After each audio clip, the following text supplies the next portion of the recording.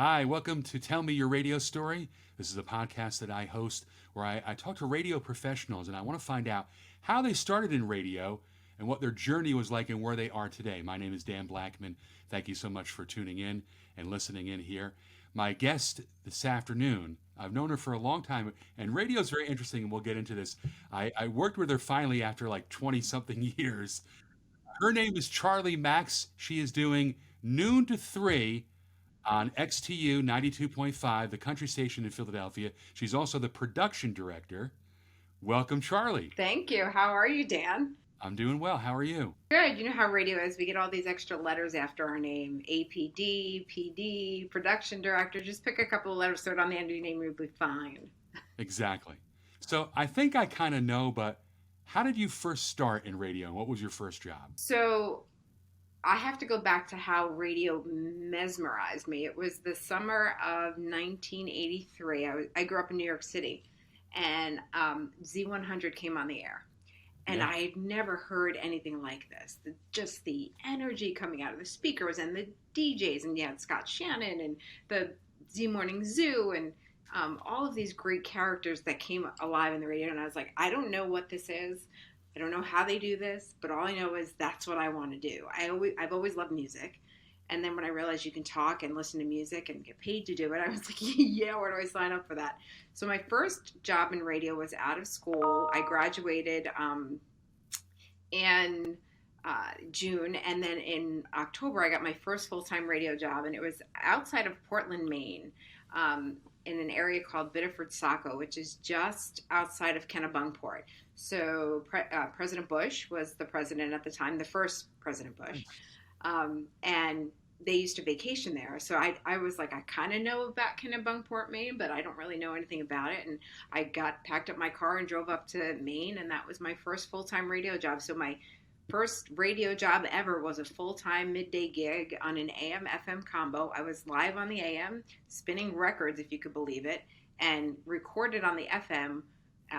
Well before computer automation existed, we used to have these Drake Chenault reels where the music played on reel to reel, and we would put our talk breaks on a cart, and it would play as it progressed through the music. So I wasn't live on the midday on the FM, I was live on the AM, but I was on both signals at the same time.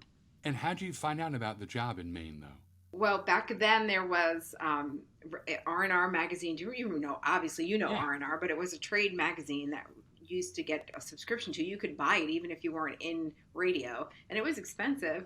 And in the back they'd have want ads, and there was a want ad, and I sent my tapes everywhere, my demos. I sent them to Maine, to Florida, and any radio station in New Jersey, because of course I came back to Staten Island after I graduated. Within a 100-mile radius, I blanketed those radio stations with my tape and resume. And it's funny, the gentleman who hired me for my first full-time gig last year retired from radio. And as he was cleaning out his office, he found the air check that I sent him What? for that job, and he mailed it to me. He reached out on Facebook and he's like, Charlie, I found your air check from, I hate to tell you, it was the late 80s, 1989. He's like, when I hired you, I'm going to send it to you. And I'm telling you, I needed a sedative before I could listen to that cassette, because I can't even imagine how bad this is. And it was as bad as you think it would be. There was 19-year-old me talking into the microphone on a fake air check. And I'm like, I emailed him back. I'm like, Chuck, why did you hire me? Like, I'm terrible. And I could hear my New York accent and everything. But that was how I got the ball rolling in radio. So from there, how long were you there, and then where'd you go next?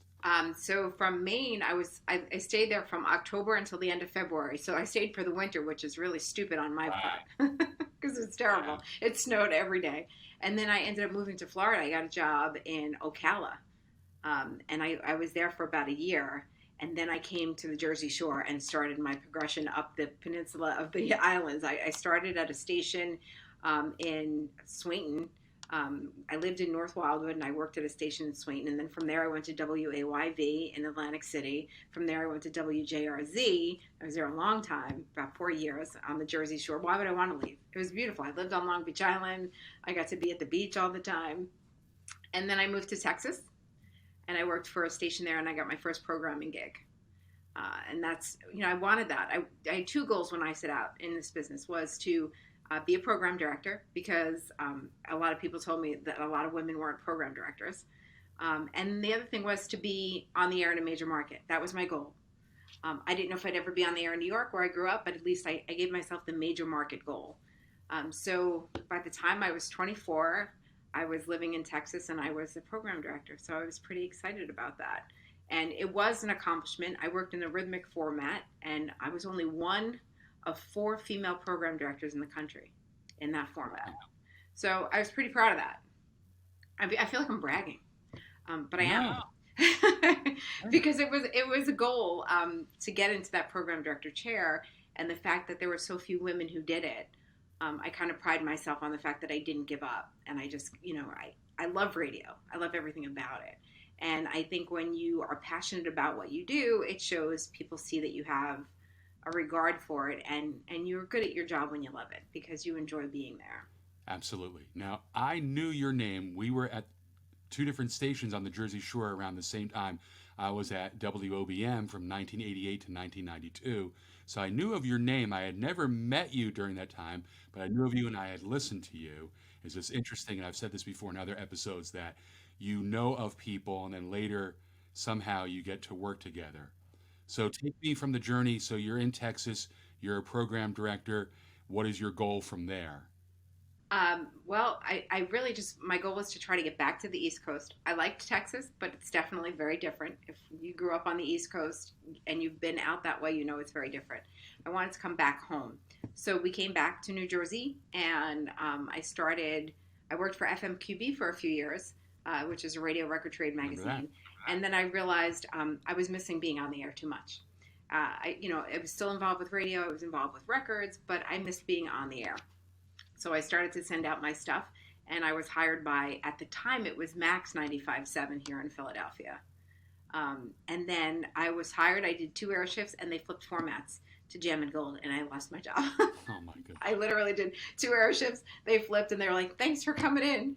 It was good to see you. And I was like, oh, how did that just happen? So I spent a little bit of time in Delaware at WSTW, which that part of the story will come back, the Delaware part. And then I ended up back on 95.7 for a little bit. And then when I was part-time looking for full-time, I think I worked, Kurt Johnson, I'm trying to remember the timeline, hired me at Alice 104.5. And I worked part-time there, and that's where I met Glenn Kalina. And I met a couple of other folks at the time. It was Clear Channel. And I just made some connections, had my second child, and then after I had her, decided I want to go back into radio full-time, and I was hired by Beasley at 96.5 The Point. And then I've been in Philly since then, with the exception of going to DC for a few years. And then when I came back from DC, that's when I got to work with you. It was, and I really like this story, and I always am flattered by it. So I was at B101 for a long time, and Charlie said to me, Dan, you were one of the reasons why I took this job. And I said, really? We never met. Why? And you said, finish the story. Well, but anybody who stays at a job for, first of all, 2 things. Anybody who stays at a job for that period of time, it means it's a great place to work. And I've worked in this business a long enough time to know people don't stay where it's uncomfortable. So I was impressed by that. And then the fact that I had the opportunity to work with talent like Dan, I've admired him. And again, you hear, like Dan said, you hear people on the radio. I used to listen to him and go, this guy makes this look so easy. And the amount of talent that you have to make it sound and look easy. I mean, Dan made it look like he was just sitting back in his chair, hands behind his head, telling you to have a good day. He just was a consummate professional. I knew I could learn from him. I knew I would be better if I worked with him. And I just, how would I not want to come work with somebody as talented as Dan? And Brian Murphy was a big part of that as well. The 2 of you were the reasons that I was like, this is where I want to come. And then unfortunately, I was let go 4 months later. And and you know what's, and what ended up happening with Murph is even weird. Like, I just feel like I ended up coming to B101. I wanted the call letters on my resume. I wanted to work with the people who worked at this legendary radio station in Philadelphia. I mean, there's no bigger station in Philly than B101. And I mean, I'm saying that sitting here with the call letters behind me, which are pretty legendary in Philadelphia themselves. But the truth of the matter is, everybody knows B101. And I was so excited every day to get to come in behind this handsome man on the screen, and we'd chit chat and tell me about his day and about his life. And we got to be friends. And not only did I get to learn from him because he was so good at what he did, but he became a friend of mine. And then I had Brian Murphy, who was a friend of mine before I got there. Yeah. And I was excited to get to work with him again. And, like we learn in this business, sometimes it's not always for you. And I don't think B101 and me, Charlie Maxx and B101, were a good fit. It was a great opportunity. I liked working there, but then you left, Murph left. And I don't think I ever really fit in there. I'll be honest with you, Dan. I always felt like I was the kid that was new to the school, that everybody was like, why is she here? I just felt like I never really was the piece that fit in that puzzle. Which is why I ended up leaving eventually, because I just didn't feel like you always seemed at home on the air there. Like, I'd listen to you, like I said, you made it sound seamless and easy. And I never felt that I sounded like that. So, that was one of the decisions. Here I am at one of the biggest radio stations in the country. I go, I think I'm going to leave. When I left, people were like, are you insane? It just wasn't for me. Hey, it happens, and when you look back and you put all of your journey into a row, there's reasons why it happens. So I know, and I'll say, so then you went to WJBR and you were the program director and you were the morning co-host. This is like 6 years? 6.5 years, yeah. So when I first went to JBR, I left B101 and I took the job at WJBR as morning co-host. And about 3 months in, my program director was let go. And they started interviewing all these people to come in and be the program director. And I was like, I don't know if I'd want to work for that person, or, interesting people that they were hiring. I'm like, I don't know if they're going to know what to do with this radio station. So I went into my general manager at the time and I said, I want to throw my hat in the ring. I haven't programmed in a few years because I was raising my kids. But now my kids are older. They're a little bit autonomous. I have a little less responsibility. I think I want to get back into programming. And they were like, okay, tell us what you do at the station. And I gave them my plan and they liked it. And they said, okay, let's see what you could do. So 6.5 years later, there I was.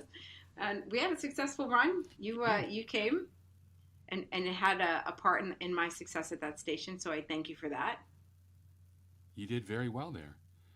And it just, what's interesting is, and I wanted to ask you, for anyone that's listening to the podcast right now, is about connections and also not burning bridges, because you have worked for the same company in different aspects. Yeah. So you did never let your emotions get to you, and they liked you so much and they really take like, oh, you have great talent and we want you to work here.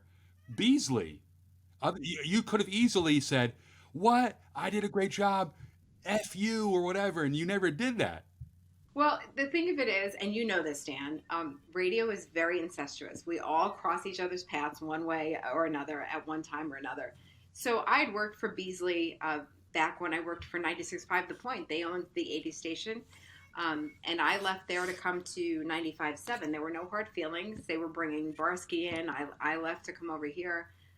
When I came to JBR, I got to know Bruce Beasley very well, and we talked about programming philosophy. So he knew that I was a good worker and passionate about radio, and I knew that the company made decisions based on what was best for the company. When they decided to take JBR in a different direction, I knew it wasn't because they disliked me personally. It was just that I was part of a philosophy that no longer worked for them, and they wanted to make changes, and in their opinion, the best thing to do would be to put new people in place. So they made a decision that they thought was best for their company. I can never resent somebody for that. I mean, did I want to lose my job? No. Was it easy? Absolutely not.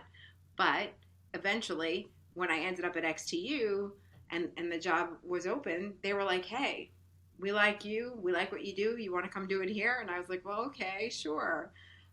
So, there's radio companies are becoming fewer and far between. It used to be mom and pops own them.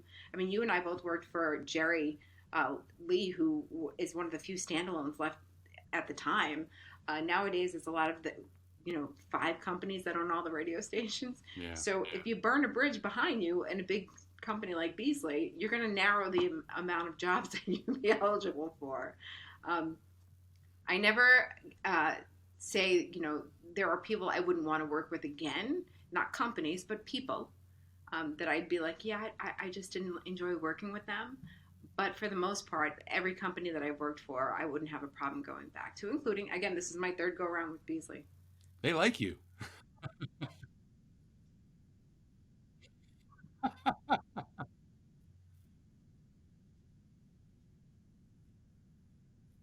Absolutely. And so you're right. And again, I got into teaching and I told my students the story of me getting let go from B101, and they said, "Did you turn over the guy's desk?" I said, "No, why? I would have done that." And I said, "It's a momentary satisfaction you get, and then later, like, you don't want to do that. You got to take the high road, and you don't burn bridges, and you never know if people, and you can't take And it your story is personally." unique in the sense that you worked at B101 for so many years, which is in this business an anomaly, honestly. I mean, you've had such a long career in Philadelphia itself, which is I'm in awe and envious of what you've been able to do. Because then when you came back and you were on the breeze, it was like, look who's home in the place where he belongs. It's Danny Blackman. So, it's kind of neat to see that your career is the longevity you've had. So when you left B, I imagine it was a bit more of a shock than like when, after 6 years, it's shocking, but it's like, things evolve, people move on. In your instance, it was a little bit different because you'd been there for so long. So I guess my question to you is, now you've had both instances in this case. Now you've worked for somebody for a very long time, and then you had an opportunity to be there for a shorter period. What was the harder adjustment for you? The longer time, definitely. And you can say that you probably have the same experience. Once you're let go, you kind of know, I guess, the landscape of what you have to do, and it still hurts, but you feel a little more, okay, I'm ready. I could do some things. And when you're one place for a long time and you're let go, it's just like, what's going on? You never Yeah, it's hear been your anything. normal for so long. Sure. And I don't think I'm going to get the opportunity to be like this gentleman, but you look at Jim Kerr in New York City, who just signed a 5-year deal with iHeart. And Jim is just the consummate professional, so great on Q104, the rock station there, and such a great interviewer. And uh, I haven't met him in person. I'm Facebook friends with him, and I don't know if I met him in person, and I would say this to him to his face because he might be like, "You're making me feel old." But I listened to him when I was in high school, going to high school, and he's still on the air. Just a long I had career. the opportunity to meet him in person at Morning Show Boot Camp a few years back. And I said to him, please don't hate me when I say this to you, but I grew up listening to you on WPLJ. And he goes, that's the worst thing that I ever hear. He goes, it just hurts me when I look at somebody and I'm like, oh my gosh, this person's telling me they listened when they grew up. And he goes, not that you're old, but you're an adult and you're telling me you listened to me when you grew up. Yeah, And I got to meet both him and Shelly because it was for Morning Show Boot Camp. But I mean, I would be remiss if I didn't tell him the exactly. impact he had on the reason, he's one of the reasons that I ended up going down the road of radio. So I just felt I needed to let him know how I thought he really was good at what he did. And even after all these years, he blows me away on the air. He, yeah, he's so great, and not to the extent of Jim Kerr, but I've had that before where people said, "I used to listen to you when I was in like second grade with my mom," and then they're in high school or in college, and I'm like, "Oh my God, you make me feel old," but that is a great feeling. Dan, and I'm sure you realize this, but you specifically, because you were in Philadelphia for so many years and you still are, the impact that you have on people and your presence in their life is probably greater than you give yourself credit for. There were people who went to their job every day, whether it was the Campbell Soup Factory or Boscov's or PNC Bank, and had the radio on, and the person who was with them every day was you. Yeah, So you need to when you're sitting here thinking about the way radio has evolved, understand that it has nothing to do with you. You are a friend and a voice and a companion to people in this city and have been with them day in and day out at their jobs. Some of them who hate where they are, but the only bright spot was you playing songs for them and telling them stories. You matter, and you have to remember that. For the 12 seconds intro that you're going to say something, it mattered. So know that, you walk away with whatever you take from your life knowing that you made somebody's day better. And I think it's important that you hear that. And I appreciate that, and I always appreciated being on the air. I never walked around like, who am I, or do you know who I am or whatever. No, it was a privilege to be on all the time and to have fun and just, you could probably say the same thing. The people you meet that you work with, the listeners that you do meet, that you run into, the music artists that you get to meet and talk to, and uh, just the incredible things that you could say that you've experienced. Where I could say I've played in basketball games against world class athletes because of being on the radio. I've interviewed different people, and that could lead me into the next a couple of questions for you. So first, one or two people in your career that you say they've made a mark, they've really helped me out, whether it's someone, the first guy that you said that is retiring right now, or somebody in the middle, or what have you, that you met that you're like, he or she said something to me and it stuck with me all this time. Mm-hmm. Well, I had a program director, or excuse me, a general manager when I lived in Texas, in Corpus Christi. And she told me, she's the first woman who gave me the opportunity to program. And she said to me one time, she could tell I was second guessing what I was saying. And she said to me, Charlie, I know you know this business. Don't let the fact that I've been in it longer intimidate you. If you disagree with me, if you have a point to make, use your voice because you know what you're doing. And she reminded me that I did know what I was doing. Like I was young enough to still think I didn't know, but I was getting to the point where I was given the responsibility to program a station. I had to be able to stick to my guns and say, and she was intimidating as hell, Dan. She was one of those, she's a general manager, had everybody in line, and I was like, I can't tell her that she's wrong or that I disagree, but she's the one who told me, you have the knowledge to do this. And she has stayed as a mentor for me for all these years. And every once in a while, she'll, send me a card, or she'll give me a call or make a Facebook message, and she'll say, I knew you were in this for the long haul. I can tell when I met you when you were so young that you got this. So Lillian Katz, thank you so much for believing in me and giving me the confidence to move on. And I'm not going to just say it because he's my current program director, but Mark Razowitz, everybody knows him as Raz. He's been in the radio business as long as anybody I know, and he's a very talented man and a good program director, but he took a chance on me. I'd never worked country music before, and I didn't think that maybe this was for me. And he said to me, no, this isn't about the fact that you're a country music fan. He's like, this is about the fact that you're a good radio personality and people like you and people bond with you. He goes, and I know you'll learn the music. He's like, but I know that you can do this. And I was a little unsure that I could. And he believed in me and gave me a shot. And, old dog, new tricks. Sometimes it doesn't work. And I'm an old dog, Dan. Don't tell anybody. But so I really appreciate the fact that Raz believed in me, because he hired me, it was 3 years ago yesterday, as a part-time air talent. Congratulations. And here I am 3 years later, his APD, his production director, and I share middays with him. Nice. So he believed in me, and I appreciate that. That is always a great feeling, right?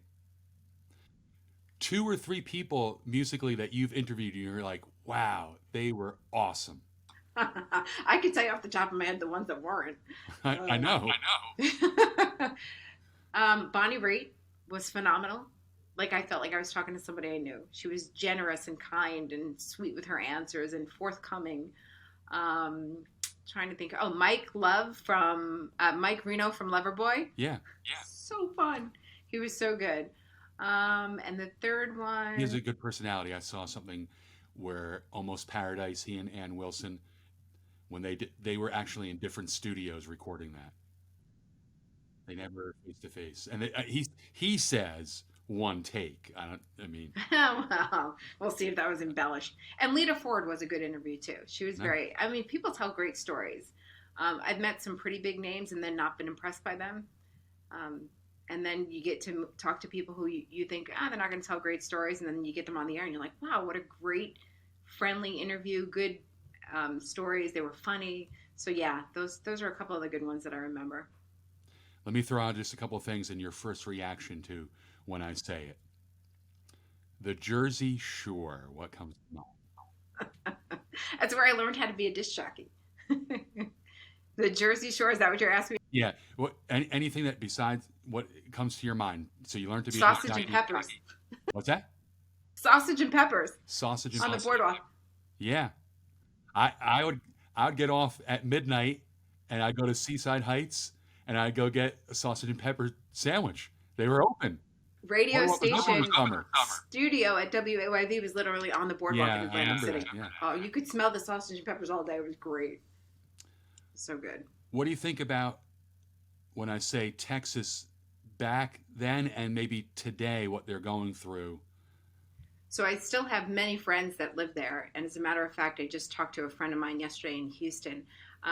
But Texas was eye-opening for me in several ways. Number one, it was one of the few places that I get to live that was very different. I grew up in New York City, so there was a lot of culture exposed to me. But Texas was very one-dimensional in the sense that I lived in southeast Texas in Corpus Christi, about 150 miles north of the border of Mexico. And I learned so much about the Hispanic culture living there, which, by the way, I'm not Hispanic. Everybody thinks I am. I'm Italian. So I'm living down there and everybody's speaking Spanish to me. And I'm like, I wish I knew what you were saying, but I'm Italian. I'm sorry. But I learned so much about the culture and the heritage and the passion that the culture has for music and their food. Oh my gosh, the food down there, Dan, absolutely amazing. So I talked to my friends recently down in Corpus and in Houston and in the Dallas area about the cold that they've had. And they are so not used to that because our winters in Corpus were 50 degrees and rainy. Snow was not heard of. Ice was not heard of. Their houses weren't ready for this kind of pipe freezing. There was a lot of burst pipes. So I worry about them, but they're resilient people and they are a great community of people that come together. And already in the last couple of days, I've heard stories of how they've come together to help themselves and their neighbors. So I have no doubt that they'll come out of this on the other side. But if you ever get a chance to visit Texas, it's an experience, and it's very different. South Texas is very different than Amarillo, than Dallas or Austin. There's like 3 states in one in Texas. So I suggest you go check it out. Very cool. How about Florida? Oh, I'll be honest with you. Florida was not one of my favorite Really? job locations. Well, it was So were you on the East Coast, West Coast? You were in the middle of right in the middle. right in the So middle. Ocala is about 40 Oh, that's miles right. west of Daytona, and probably about 60 miles east of Tampa. So it's like right in the middle of the state. Horse country, and this was the early 90s when I lived there. And it just was not my thing. It was I was there for about 11 months, and that was about 10 months too long. The heat of Florida different from the heat of Texas? Yes, very much. So the humidity in Texas, it's the 80s every day. Your hair up to here. It's just Texas humidity is brutal. From like March until December, your air conditioner is on all the time. Wow. Texas is just, it's hot. Florida is much different, especially the middle of the state. And we'll go back to New York City. What are the few things that come to mind? New So York. home. It's where I feel most at home. Like that's where I'm from, right? So when I go home, it's home. But here's something about me that you may not have known. I had the opportunity to do one air shift in New York City. It was an audition at a station up there, and I did it. It was a Saturday morning from 6 to 10. They offered me a part-time job. I did not take it, but I can die now. The last thing on my bucket list was doing an air shift in my home city. And I did that Saturday morning shift, and I was like, if I never am on the air in New York City again, it's okay. I got that opportunity. But that was my ultimate dream when to go home and be on the radio. It was great. Just what a feeling. I was sitting in their studio looking out the window at Macy's. We were above Madison Square Garden. I was like, this is surreal. My first thought was, I wish my dad was here to see this. I agree with you. You know that I grew up in North Jersey, so New York City, went there a lot, and just being on the air. I love Philadelphia, and I always will love Philadelphia. It's just, I don't know why, it's just a different feeling in New York. Just maybe because I'm thinking, wow, family, friends, high school and college folks that I know are all there that can tune in and listen. And it's New York City. It's the biggest radio market in the country. And you just, it, I know it's a cliche, you feel the energy. Oh, it was crazy. So, My nerves were I was like shaking. That I literally can remember looking down, getting ready to hit the mic button, and watching my hand just like it was vibrating. That's how much nervous energy I had. I mean, I wasn't worried about being on the air because I've been doing it forever, but it was that first time that and I can hear it. I listen to that air check and I can hear my voice quiver with the nervous energy of it. But like you, Philadelphia is home to me. I've lived here a very long time now. I've raised my children here. This is what they know. But there was nothing like that sensation of being in my hometown. Yeah. Philadelphia is great, and being able to be back on the air for me, and just I loved it, and I always, and hopefully there'll be a chance to be back on. I know you'll be back, Dan. So I know you'll be back, and maybe one day our circles will intertwine again, because this business gets smaller by the day. Maybe you'll own part of Beasley by then. You'll hire me. Ladies and gentlemen, Charlie Maxx. You got to listen to her noon to 3 on 92.5 XTU, Philadelphia's country station. And you say that pretty well. I'm trying. And what's really cool about country, especially, I guess, when spring and summer and people are like want to get out and just gets more energized, and hopefully with COVID subsiding, there'll be more shows and people really get into the country scene, and they are real. Country listeners are loyal fans, very loyal. Passionate, loyal fans. Yes. I love them, and I love everybody who tunes into XTU. So thank you for listening. If you tune in and you listen to me, thank you. I appreciate that, and we appreciate you listening. We've been here 37 years now, so nice. It's an honor to be part of such a legendary station. And Dan, thank you for talking to me. I appreciate you. It's always fun, and I miss you. Miss you too, and listen to Charlie. I'm telling you.